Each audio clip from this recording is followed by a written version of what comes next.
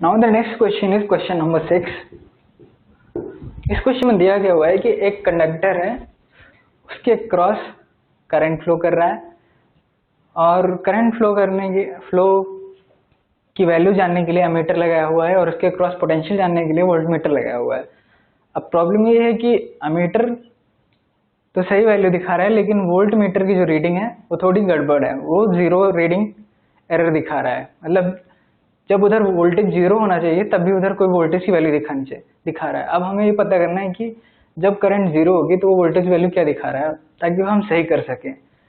अब क्वेश्चन में दिया हुआ है कि जब करंट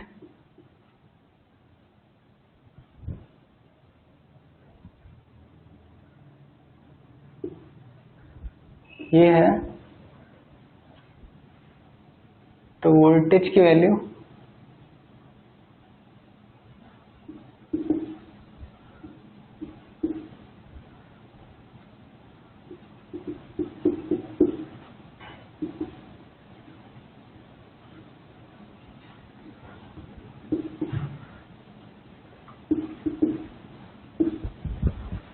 ये आपको दिया हुआ है कि मतलब जो करंट 1.755 एम्पियर है तो वोल्टेज की वैल्यू इतना वोल्टमीटर रीडिंग दिखा रहा है, और जब करंट मतलब एमीटर की रीडिंग 2.75 है उस कंडक्टर के क्रॉस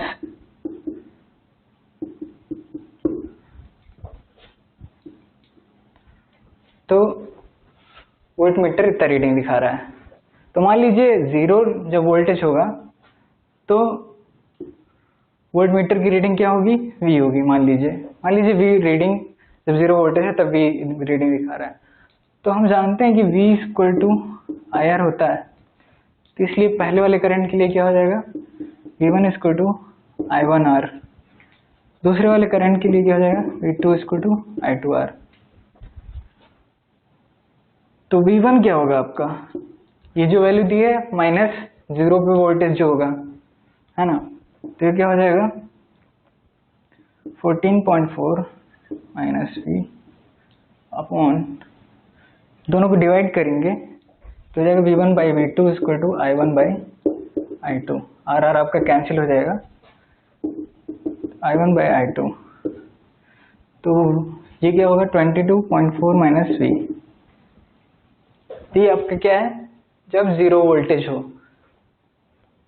तो ये हो जाएगा आपका 14.4 minus V equal to into I2 equal to 22.4 minus V into I1।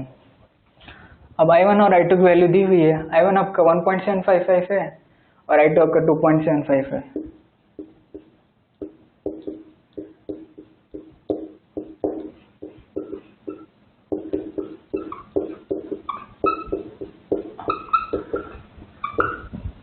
अब यहाँ से इस इक्वेशन को सॉल्व करके हम V की वैल्यू निकाल सकते हैं।